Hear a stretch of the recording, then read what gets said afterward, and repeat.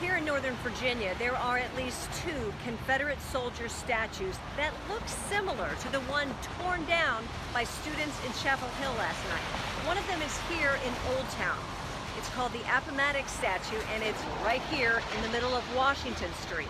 Another is in Leesburg in front of the Loudoun County Courthouse. On August 12th, as reported by the Loudoun Times-Mirror, protesters covered it with a black tarp and held a banner that said, "Confederate statue equals hate."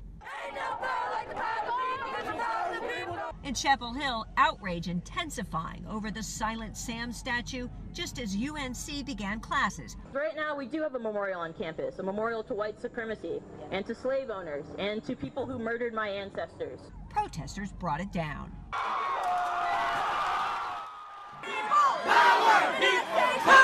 Activists have been protesting at the Silent Sam statue for years. It was erected in 1913 during the Jim Crow era with a dedication speech by a former Confederate soldier who talked about beating a black woman at that spot.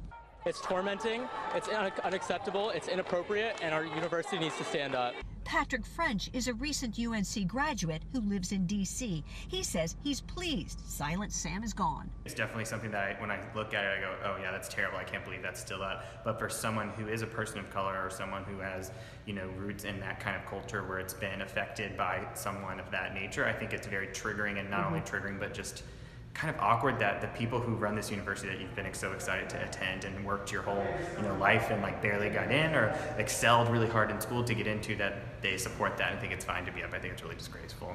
The city council here in Alexandria has been trying to remove this statue, but they don't own it. It's owned by the Daughters of the Confederacy, and they don't want to move it. Also, there's a state law that prevents the removal of these kind of memorials. In Alexandria, Peggy Fox, WUSA 9.